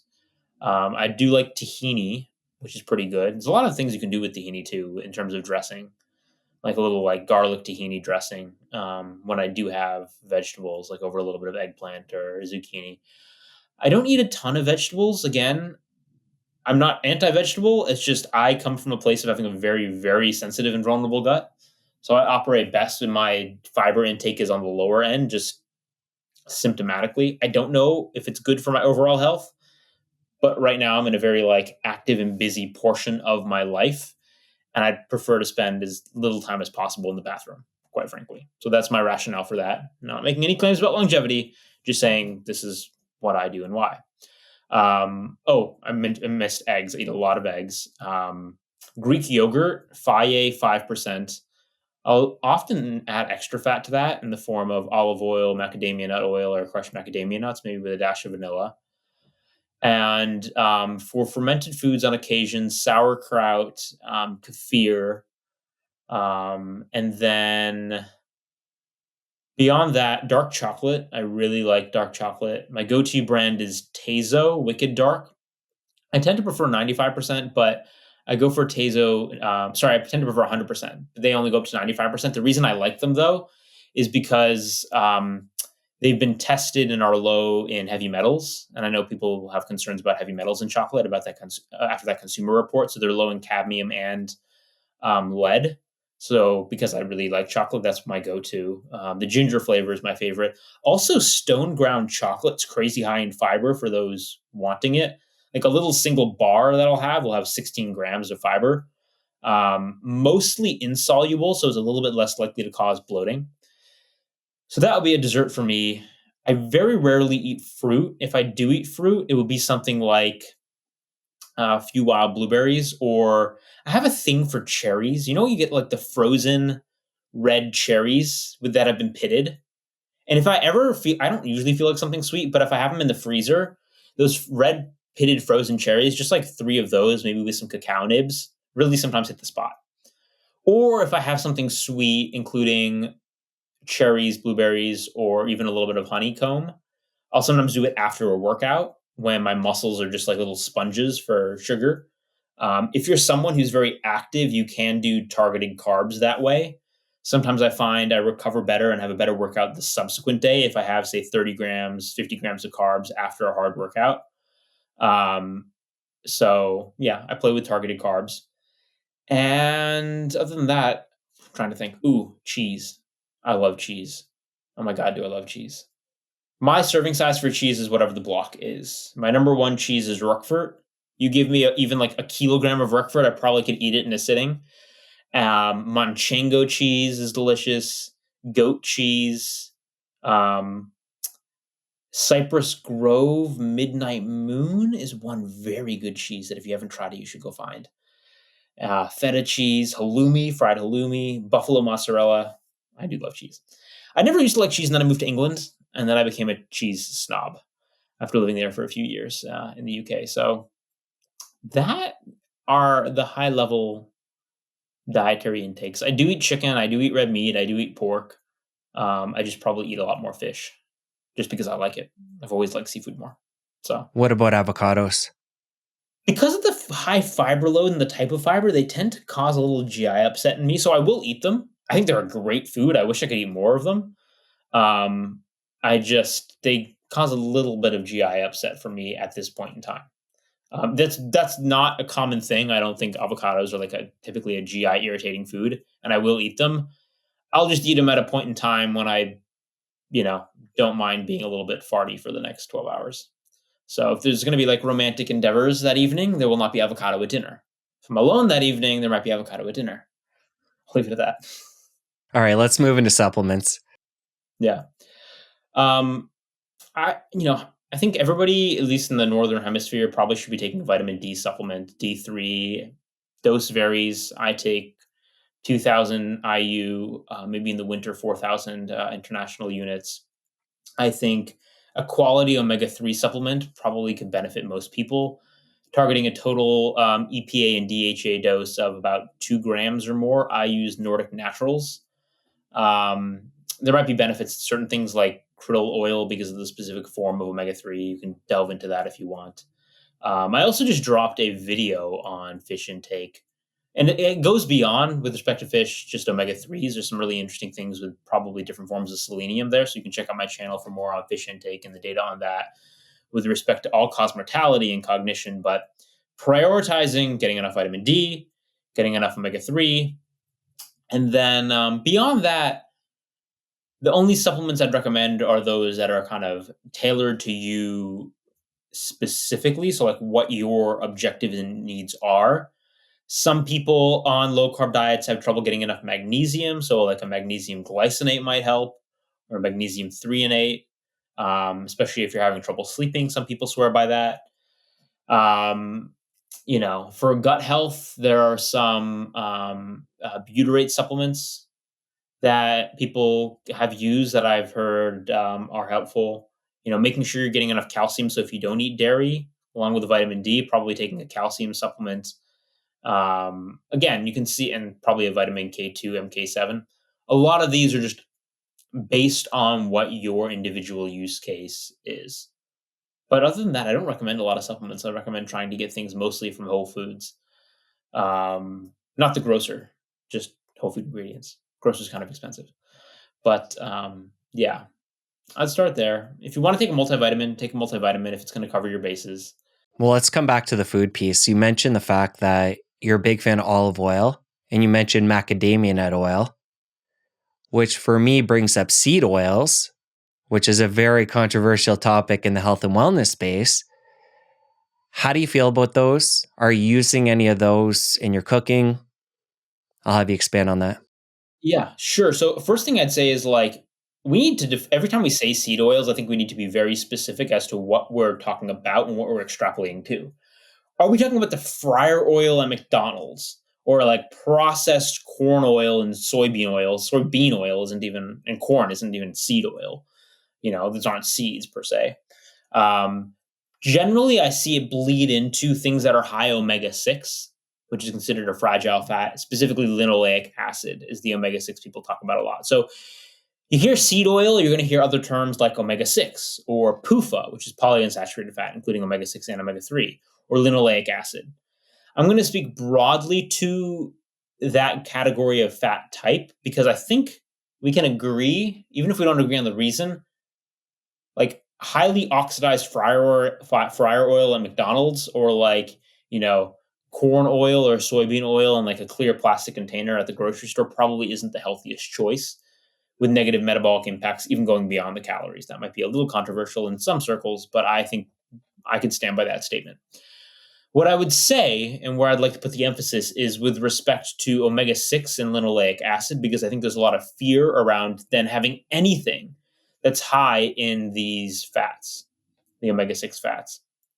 I would say I do not think the data support that eating whole natural foods rich in omega-6 is necessarily damaging. There are data that omega-6 to 3 imbalance, say in the serum, can be damaging. But it doesn't necessarily translate to, you need to optimize your omega-6 to 3 dietary intake to a 1-to-1. Because these polyunsaturated fats get processed in quite complex manners. So, I think there are a lot of healthy foods high in the, quote, seed oil omega-6 linoleic acid. Those that I consume include walnuts, pecans, sesame seeds, and sesame seed butter, tahini that I mentioned. And I think these are perfectly fine to have as part of your normal diet. If you want the proof in the pudding, I eat, say, tahini liberally. And macadamia oil too, but it's actually not high in omega-6. It's the one nut that's very low in omega-6, or one of the nuts. But I've gotten my omega-6 to 3 ratio tested in my blood, and it's a perfect 1-to-1 with an EPA DHE index of 17.2%. So I challenge you to find someone with a ratio as optimized as mine, and then ask them what they eat and if they're avoiding, quote, seed oil or omega-6 rich food. So basically, you can still eat tahini and walnuts and have a great omega-6 to 3 ratio. So I would not avoid those foods for that reason. French fries at McDonald's, I'd avoid them. So, kind of a boring, moderate stance there. I will say I find the idea of the impact of omega-6s broadly on metabolism interesting, in an area ripe for exploration, but I'm not convinced by the data existing now that they are uniquely harmful. And I would say if you like those foods and want to crumble little walnuts on your salad, or have a tahini dressing on your eggplant or your chicken, then totally go for it. I don't think it's going to hurt you. You quickly touched on omega-7s and the fact that they're in macadamias. Talk about other foods where we can find those and what their special benefits are. Omega-7, so you've probably heard a lot of omegas. Omega-6 is the linoleic acid. Most people are scared of that one. Omega-3s are like in fatty fish, and people like that one. Omega-7 is one that you don't hear about a lot. It's called palmitoleic acid. It's actually a monounsaturated fat. It can be found in buckthorn oil, which is kind of esoteric. Other than that, macadamia nuts are the primary source. Macadamia nuts, I think they're 20% total fat is palmitoleic acid. And the interesting thing about palmitoleic acid is it's actually the founding member of a group of dietary hormones called lipokines. Lipo meaning fat, kine is kind of the suffix for hormone in a lot of settings. So hepatokine is hormone from the liver. Osteokine is hormone from the bone. Myokine, hormone from the muscle. Lipokine, in this case, means from dietary fat. Adipokine is from your body fat. Terminology aside, I think it was Cao et al., CAO 2008, I think it was Cell, maybe Cell Metabolism, that first coined the category lipokine based on palmitoleic acid and its broad metabolic effects, which appear to be overall beneficial in things like improving insulin sensitivity, which we mentioned earlier. You can watch my omega-7 video on the details for that. I don't want to dig too into the weeds now because it is such a messy topic. And it's also one of those examples where doing the science on it actually becomes very complicated, because it's not just a matter of, eat omega-7 from macadamia nuts and then measure it in the blood and then measure outcomes, because there are also endogenous pathways which are influenced by carbohydrates. So actually eating macadamia nuts and eating a bagel can cause the same spike in palmitoleic acid, but from different sources with different impacts. There can be conversion from other fats, including fats that are primarily found in animal products and like ruminant meat. So it ends up being a very complicated area to study, which I find very cool. But I'd say on balance, the data suggest that dietary palmitoleic acid, especially from macadamia nuts, or including from macadamia nuts, since it's the main whole food dietary source, has metabolic benefits that will improve insulin sensitivity, among other things. And that's consistent with the literature on macadamia nut supplementation, which I only know of one study looking at weight outcomes with macadamia nut supplementation. I think it was at something like, I think it was like 15 to 30 nuts per day, like 1 to 2 ounces of nuts per day. And people were like, oh, they're high in calories, they're going to cause weight gain. This is only a 4-week trial. And even after 4 weeks, it wasn't powered for weight loss, but there was a statistically significant drop in BMI, which kind of grates against the whole calories in, calories out concept. Like eating this super high fat food, and then people from this intervention are actually having weight loss. Why? Well, fuel partitioning. And we're back to the topic we spoke about earlier. So I do not think they should be feared for calories. I think that they have cool metabolic benefits potentially, and you can link more resources for that if you want. But yeah, big fan. There's a lot of fun things you can do with them too. Versatile food. You mentioned the fact that part of your health journey was ulcerative colitis. Let's take things right from the top and talk about when your health started to degrade. And we'll go through the process of different things you tried and what led you to where you are today. My gut issues started acting up at the end of college, around age 21. Up until that point, I really had no food aversions at all, except for maybe Marmite. If anybody's had Marmite, it sucks. It's terrible. It's awful. But other than that, I had no food aversions. But towards the end of college, I started developing GI upset with basically anything I ate. And then started having pretty profuse bloody diarrhea, which you have in ulcerative colitis. Got really bad to the point that it really just undermined my academic career and my social life. And I ended up in and out of intensive care, palliative care, while I was starting my PhD at Oxford. So I ended up becoming quite desperate. And after trying a bunch of medications that didn't end up really working to keep me in remission, or help my symptoms, tried a bunch of different diets because I was desperate. I tried the standard diets that people will tell you might help for IBDs and IBSs, which are low FODMAP and specific carbohydrate. Didn't really affect me. I tried then pescatarian, Whole30, Mediterranean, vegan, vegetarian, basically any diet that you can imagine that's a common diet. I tried it. Eventually, I tried a ketogenic diet, and that's when my life really did change. My inflammatory markers dropped. I felt a lot better. And on my next colonoscopy, there was no sign of disease.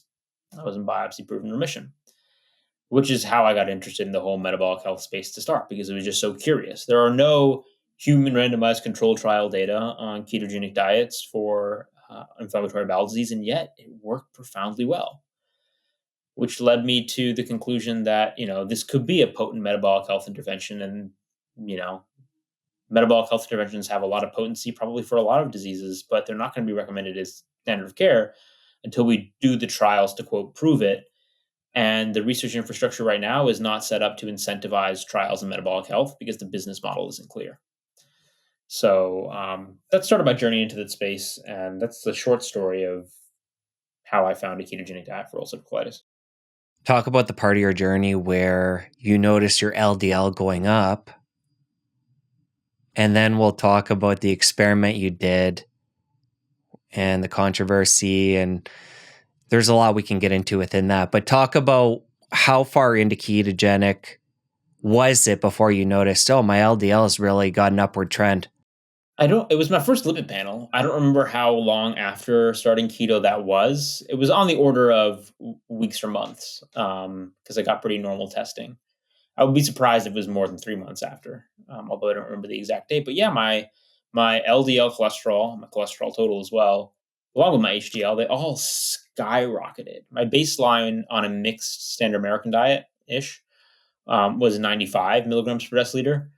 And in my first test, I think it jumped up to like 320 or 350, I forget which. And then it started to continue to climb up to well over 500 at some points, which is jaw-droppingly high. I'll zip through a lot of the backstory, but basically me and colleagues, including Dave Feldman, who was the first person to observe that lean insulin-sensitive people who go low-carb tend to have massive increases in LDL cholesterol.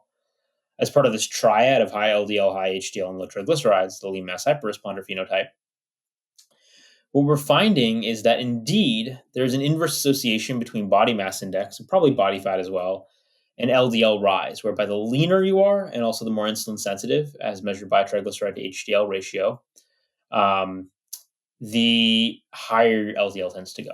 This has now been shown in a meta-analysis of 41 randomized controlled trials. First author Soto Mota et al. In the American Journal of Clinical Nutrition. But yeah, leaner people, larger jumps in LDL. That's curious. And what we're discovering, or at least the model we have that makes a lot of accurate predictions, is that this phenomenon results from a change in fuel trafficking. What we call the lipid energy model, whereby if you're lean and insulin sensitive, when you shift from carb burning to fat burning, and lean insulin sensitive people are better at doing this, then the free fatty acids released from your fat cells end up getting taken up by the liver and then shuttled back out of the liver in a storage form triglycerides that are on these very low density lipoprotein VLDL particles. And then at muscle and fat tissue, these particles get turned over. And basically the turnover process results in this very high LDL, the very high HDL, and the very low triglycerides, this triad.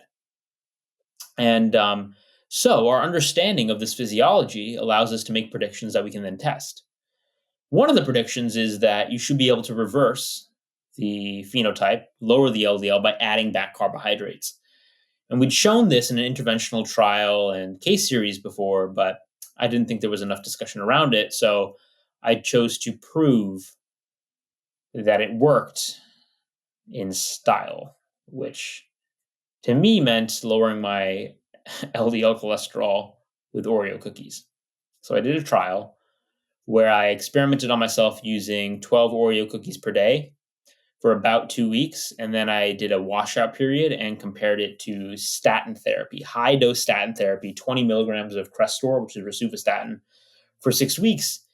And long story short, or the punchline was, the Oreo cookies were twice as potent at lowering my cholesterol, lowering my LDL as high intensity statin therapy, which is a shocking finding, even in N equals 1, especially if you could predict it. And it's totally consistent with our data, our model and prior data. So that was me being intentionally provocative to get more discussion around the physiology of cholesterol changes in carbohydrate restricted diets. The reason being is changes in cholesterol still remain like the boogeyman of low carb diets.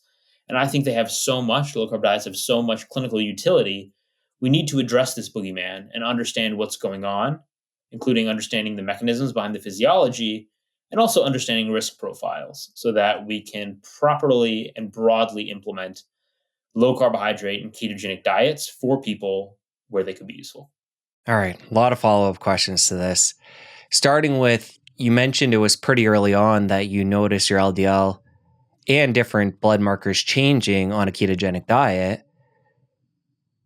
You're finally getting symptom relief from your ulcerative colitis, but your LDL is skyrocketing.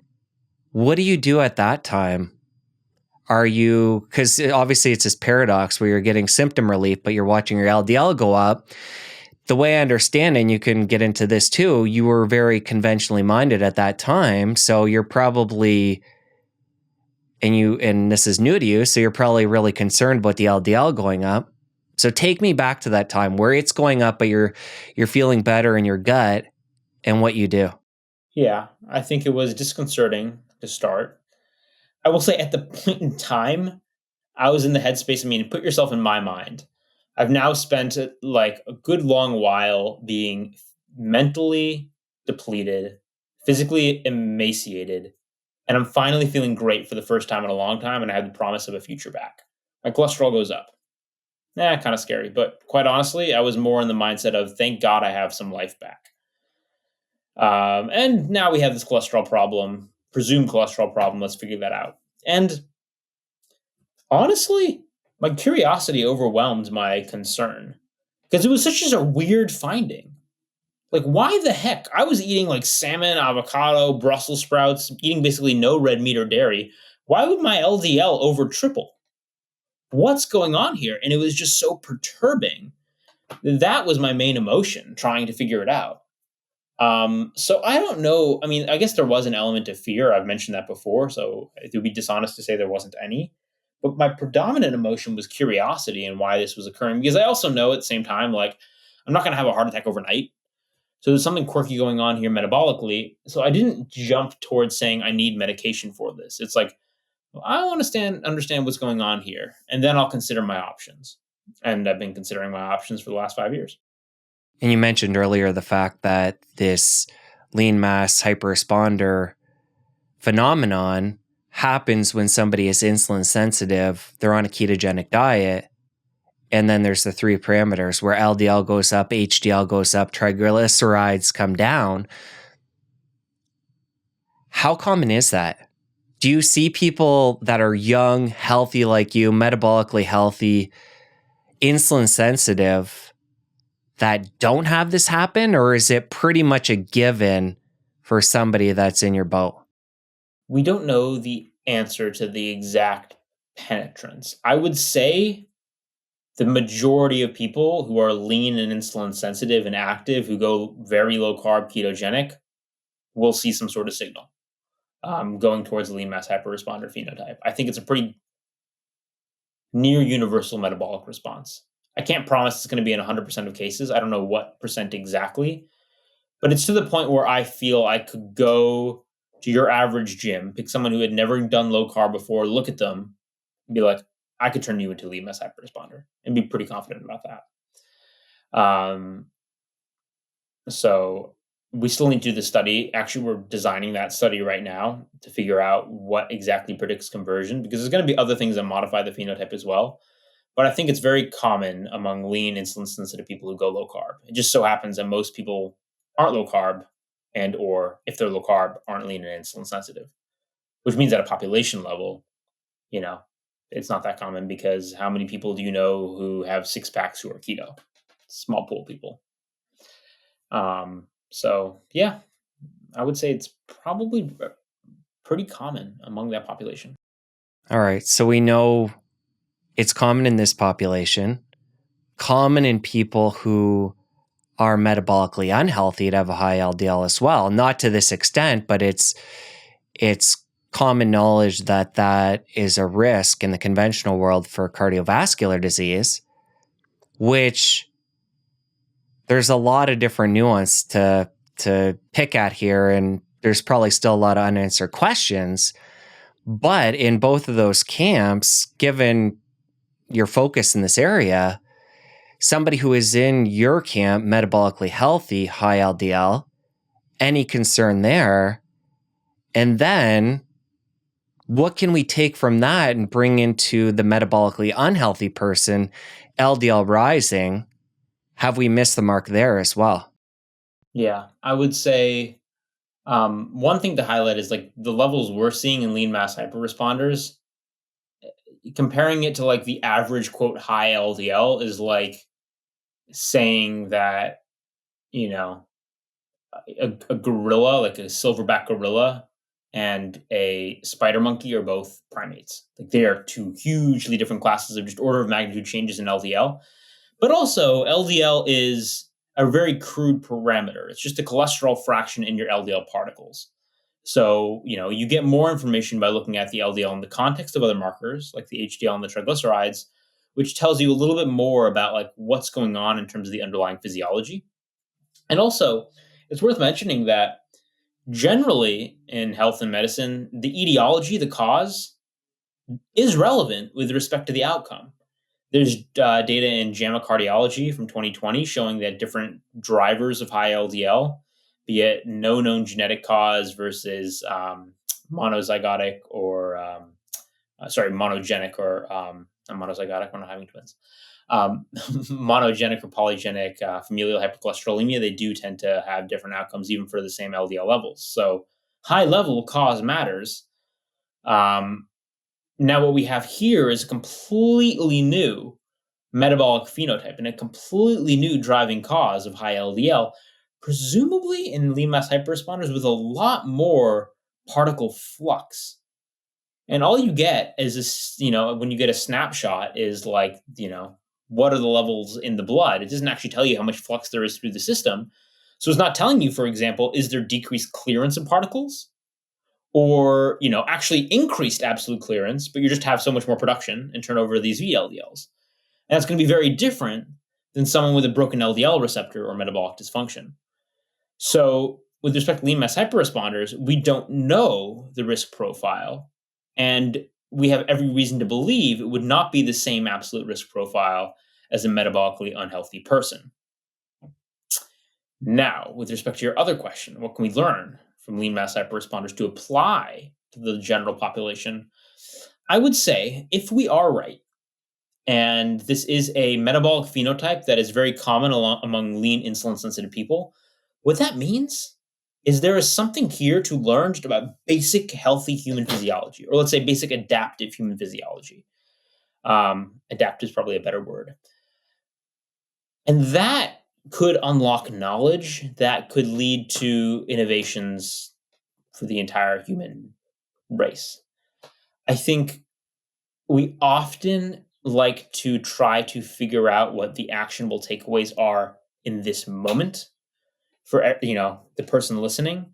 I'd encourage people to also accept the fact that sometimes, actually a lot of time, just pursuing a curiosity, especially a metabolic one, can pay dividends even if you don't know what that's going to be. A prime example that's probably on everybody's minds right now is the invention of these new weight loss drugs. Whether you like them or you don't like them, you're pro or you're against, it's clear they're changing the obesity medicine landscape. Ozempic, Wegovy, tirzepatide, Mounjaro. Where do they come from? They initially come from in the 90s studying Gila monster venom, which is a lizard that makes venom that has a compound that acts like a GLP-1 receptor agonist. And there were some curious scientists who studied that. How they would never have known that almost 30 years later, this would change obesity medicine. They were studying a lizard's venom and why it screwed up things metabolically. In that case, like why does it have its venom? And I would say it's the same with lean mass hyperresponders. Or maybe a better analogy is the same with Brown and Goldstein, who studied homozygous familial hypercholesterolemia, which is a super rare genetic condition. They got the Nobel Prize and changed the lipidology landscape. So just because at a population level, lean mass hyperresponders are not common because most people aren't lean and low carb, doesn't mean studying their physiology as an extreme example of what might be underlying human physiology couldn't unlock truly revolutionary insights into how our bodies work. Coming back to the Oreos, they brought your LDL down 71%. Could you have gotten the same result with sweet potatoes? Yeah, we've done this in other patients with various carbs, starches, and fruits, especially. But the fact is, nobody was talking about those studies. So I just chose the most provocative thing I could possibly imagine. Based on our models, the source of carbohydrate with respect to LDL lowering specifically doesn't matter. That doesn't mean that it doesn't matter for your overall health. I think I'll be healthier having more sweet potatoes, fewer Oreo cookies. But with respect to the singular biomarker, if you're a lean mass hyperresponder, it's more about having carbohydrates in your diet and putting more glycogen in your liver, more carbs in your liver, to kind of turn off the flywheel of the lipid energy model, so to speak. That reduces the LDL. So sweet potatoes would work. Choose your favorite carby dish. Pizza, French fries, gnocchi, pretzels. Doesn't matter. Oreos, Nutter Butters. Part of where this becomes really critical is for people like yourself who are dealing with a health challenge or ulcerative colitis, where you're using the diet therapeutically to keep that at bay. And we could probably give a number of different examples, people with mental health challenges that are on a ketogenic diet. What I believe you did, and I want you to talk more about this, is even though you're introducing the Oreos, which was giving you around 100 grams a day of carbs, you were taking in exogenous ketones to maintain a therapeutic benefit. Can you talk about that inclusion? So there were two reasons I included exogenous ketones. One was because typically when I have introduced carbohydrates without maintaining ketosis through exogenous supplementation, I would tend to drift into flares. I can tell because there is blood in my stool. I've done this before where I have, at least for a short period of time, some exogenous ketones at high doses, and it appears to maintain IBD, inflammatory bowel disease remission. My IBS, which is separate, does get irritated, like my stomach was not happy. Um, but for me, ketosis, at least over short periods of time, appears to provide some, let's say, buffer room. That was one reason. The other reason I actually did it, and this was two birds with one stone, is it was methodologically cleaner. Although it sounds like I'm doing two interventions, and technically I am adding the Oreos with the ketones, it controlled for the state of ketosis. So when I was on the statin and when I was on the carbs, the Oreos, in both cases I was in ketosis. So there isn't the argument to be made that, oh, it's because you went out of ketosis that your LDL went down. And that was something I was trying to defend against. Transparently, I was doing it specifically because of commentary that had been raised that was not substantiated by prominent lipidologists, specifically Thomas Dayspring, who had tweeted several times that ketosis lowers LDL receptor expression. And that had stirred a lot of controversy. People were taking it as truth, even though there's no data to support that. I've asked them for citations. I provided my own, including a human RCT with the ketogenic diet and a rodent model with exogenous ketosis where LDL receptor expression of the liver actually went down. There aren't data that appear that ketosis reduces LDL receptor expression. However, methodologically, in my experiment, it was cleanest to control for ketosis in order to defend against this accusation that, oh, it's because you're out of ketosis. So, this was in large part a publicity stunt to get attention on our research. So I was very aware of what criticisms might be levied, and therefore thought it was clever to include exogenous ketones to control for that variable, along with other clever Easter eggs and defenses, if I may say so, that were sprinkled into that paper. But you can look for those yourself. So, experiment aside, you have this phenotype where when you're in ketosis, your LDL is skyrocketing. Again, with the change in triglycerides and HDL. What are you doing as a metabolically healthy person day in, day out? Or are you doing anything to help keep that LDL down? Are you having periodic sweet potatoes, any carbohydrates in any kind of protocol fashion to manage LDL? The short answer is I'm not. The add-on to that is I would not recommend the same necessarily for other people. My approach has been I need this diet therapeutically. So carbohydrate reintroduction long-term really isn't on the table. Even, first of all, exogenous ketones aren't necessarily pleasant to take at high doses, plus they're expensive. And the long-term effects of mixing carbs and exogenous ketones is unclear. So I'm not doing continued Oreo protocol or carb cycling. I've tried a couple medications, was intolerant to both of them. And I've gotten a coronary CT angiography after having these levels for quite a few years, and I have clean arteries. So presuming that there's no jack-in-the-box phenomena where I suddenly develop a heart attack from no measurable plaque on a coronary CT angiography, which measures both calcified and non-calcified plaque, then my perspective is I have buffer room for this research area to develop to see what my risk profile is. And all things being equal in an area of lots of unknowns, my decision has been not to sign up for pharmacotherapy for life. I could change my decision based on outcoming data, and I would not necessarily recommend for the same for other people. If you're, medicate, given your family, consider your family history, consider your personal history, consider what competing comorbidities you have and what, why you're on a ketogenic diet. I think it's very reasonable for the average lean, healthy person who doesn't have metabolic complications to just have a freaking sweet potato. That's what I would do if I didn't have a history of colitis. If I had a history, personal family history of cardiovascular disease attributed to high cholesterol, or if I had plaque on my CT angiogram, then I would probably be aggressive with some form of therapy. The fact of the matter is, I have no measurable plaque. Despite high levels, I need this diet therapeutically, and the medications I've tried have had negative side effects for me. So I'm watching, I'm waiting, I'm measuring, and I'm reevaluating along the way. LDL aside, any other reason you've considered having periodic insulin spikes? I know you did a video on mitophagy and the impact of insulin on that. Obviously, there's still insulin being secreted with fat and protein, so it's not like you're not secreting any.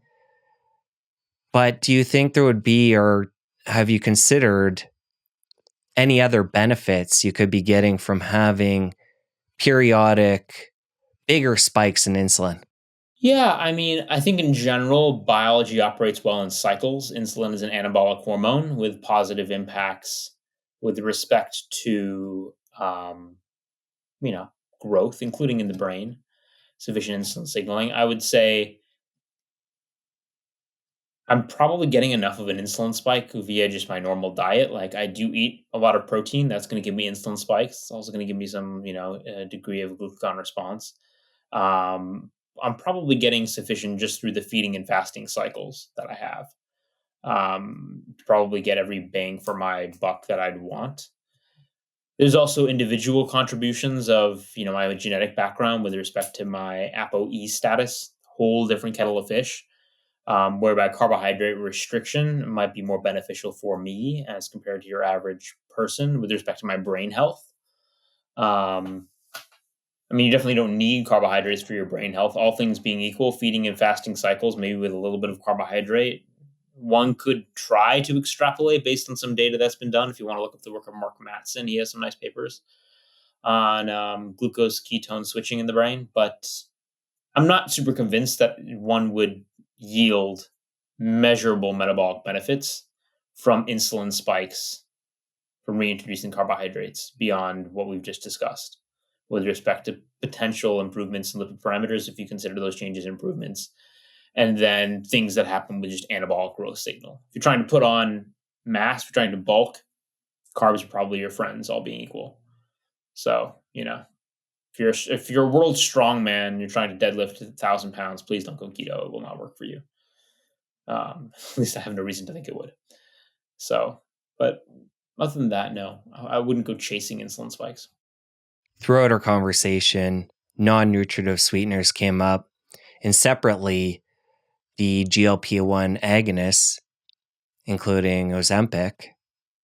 Last question for you as we wrap up here. Let's bring those together and talk about allulose and how somebody might want to use that therapeutically as a sweetener to help increase GLP-1.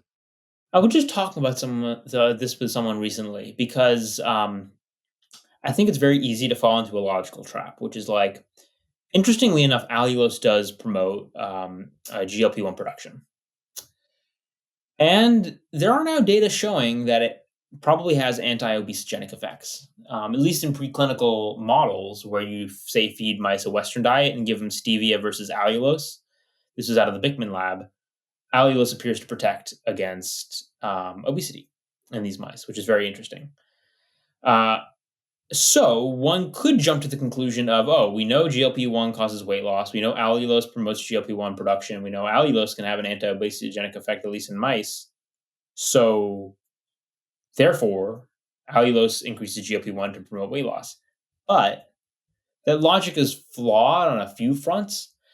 High level, this could be something that is true, and unrelated, where there are possible metabolic benefits, but they're not mediated via GLP-1, because actually the GLP-1 levels induced by allulose, probably at least, again, in mouse models, a 4-fold increase in portal vein levels, which is nothing to shrug at, still isn't like Ozempic, which is super physiologic levels, right? So, and that stick around for a long time. So I'm not convinced the metabolic benefits of allulose are per se due to GLP-1, although there does appear to be a pretty interesting signal in the literature. And it has a lot of other effects as well, inhibiting enzymes that break down sugars, like break down sucrose, activating hormone-sensitive lipase at fat cells, which interestingly enough is one of the mechanisms of action of Mounjaro, which is tirzepatide, which is more powerful than Ozempic. So there might be like mechanistic overlap there. With respect to allulose, I think the reason I find it interesting is in the universe of non-nutritive sweeteners, including rare sugars and natural sweeteners like stevia and artificial sweeteners, I used to be of just a general negative opinion. And by and large, it's not something I think people need by any extent. And I think that there are certainly some that are harmful, like sucralose and aspartame. But there's such a heterogeneous and interesting group of compounds. And the practical me realizes that we're not getting sweet out of the diet anytime soon. So then the question arises, well, what is the best possible option for people? And the literature keeps on pointing back and back to allulose. I think stevia and monk fruit are benign. Erythritol, there's some questions about. I'm not that concerned about it. I would stay away from sucralose, saccharin, and aspartame. And then allulose is the one that might even be beyond benign, but actually beneficial. The literature on that is, expanding, and I'm just very interested to follow it and contribute to it. Because, I would love to see it displace regular sugar and fructose in the food supply. And I think it would be a pretty awesome natural experiment and a tool for people to use who are struggling with metabolic syndrome, insulin resistance, to potentially optimize their lifestyle within the confines of being someone who's always going to want sweet in their life. And there are all those people. So it doesn't spike insulin. It doesn't spike glucose. In fact, it attenuates, lowers glucose and insulin rises when sugar is also consumed. It does produce or stimulate the body to produce GLP-1, very interestingly, and has a lot of other metabolic impacts beyond just displacing fructose that I find fascinating. So, yeah. The company that produces it that I'm affiliated with, I'm on their scientific advisory board, is RX Sugar. So you can check them out. I do have a discount code that the CEO, Steve, would be upset if I didn't share, which is Nick20. I don't get any profits from sales. I'll be very transparent. I don't use a lot of allulose myself. I'm on the scientific advisory board because I find the compound interesting, and I realize it can be a tool for some people. So check it out if you want. I have a whole breakdown video on it. It's one of my more popular ones, called The World's Healthiest Sugar, and I'm looking at this crazy brownie on it. But I do think it's a very interesting molecule. And you do have another video titled something like Nature's Ozempic. Is that still... Yeah, it sounds like your thoughts have changed since then a little bit. I regret that title, to be perfectly honest. I might delete that video. It's one of my most popular older videos. The reason I think I'm fine with the title in general, and I'll use the term, is because what does Ozempic do? It mimics GLP-1. So GLP-1 is effectively, quote, nature's Ozempic. That's a fair analogy to draw. And there's also GLP-1, quote, nature's Ozempic deficits in obesity, metabolic syndrome, PCOS. So I think framing it like that, just because it's a word that's in the zeitgeist of Ozempic, basically using nature's Ozempic as a surrogate for GLP-1, is fair. Where it can be misleading is the suggestion, which I did in the one video, which I it's not something I'm proud of. I might just take that video down. It hasn't caused issues, and it's an older video before I was thinking about this. But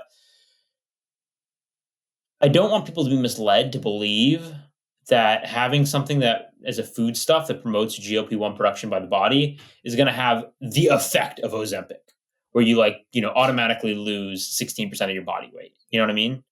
Because Ozempic is a whole different class of medications. So yeah. You could always change the title too and put a little disclaimer at the top. I could. I mean, I'm not above just deleting videos. Apparently the algorithm, I heard from somebody, really hates when you delete videos. I've heard that too. I don't know how true it is. Have you heard that? I have. Again, it's just something I've heard. I don't know how true it is. Yeah. Well, anyway, it wouldn't prevent me from deleting the video. Generally, I monitor YouTube comments pretty closely. I think I've clarified this in future, so I don't think I'm misleading anyone. If for whatever reason it becomes a problem where I just feel that it was being misrepresented, I've deleted videos before. I'm pretty hardcore about precision and accuracy, so when I have something I don't like, I delete it. Like I had this one video on fructose and metabolic syndrome breaking down a cell metabolism paper, and there was a Cre-Lox system you know anything about like, expression models and Cre-Lox, and I like listed some like string of letters with reference to the intestine versus the liver and mixed them up in the Cre-Lox models. And like it went over, I think 99.99% of heads. It bothered me so much that I messed that up. I deleted the video just entirely. So maybe I'll delete this other one, but for now it stands. Just because, quite honestly, practically, it's in the background growing my channel. I recorded on my iPhone. It has over 100,000 views. People seem to like it. I think my messaging is pretty clear. I go down and break out. I'm not just like on a soapbox. Like, here's a Nature's Communication paper. Here are the data. Let's talk about them. So, I'm just showing the data. But with all these things, I think it's worth auditing your messaging, thinking about, what you might have screwed up and just being honest with yourself and non-defensive. I'm at the very beginning of this journey as a content creator. Really, I only became serious or more serious about it like now in 2024. So I'm like very ready to evolve and grow and have people say, yeah, you did a bad job here. And so right now, like every video or every month or so, I can go back and be like, oh, I could have done that better. But that's kind of part of the growing process, right? And to be fair, there'll be things from this conversation I'm sure both of us will disagree with 10 years down the line. And we're creating it with good intent and sharing how we feel at this moment with science and experience. And yeah, it's definitely gray. And I think that part of being a good scientist is being willing to change your hypothesis and the way you look at things. So you're just continuing to evolve and learn, just like we all are. Yeah. I love the growth mindset. All right, Nick, really enjoyed this conversation. We're going to link up your YouTube channel, your social media, everything in the show notes. Thank you. I hope we can do this again someday. This was awesome. Thanks so much for having me. Now that you're done, you're going to want to stick around here and catch this other incredible episode. You don't want to miss it. I'll see you over there. Getting fat is a normal process for many animals, and they do it to protect themselves during times when food is not around. So what's really interesting is officially, people who are overweight are high energy.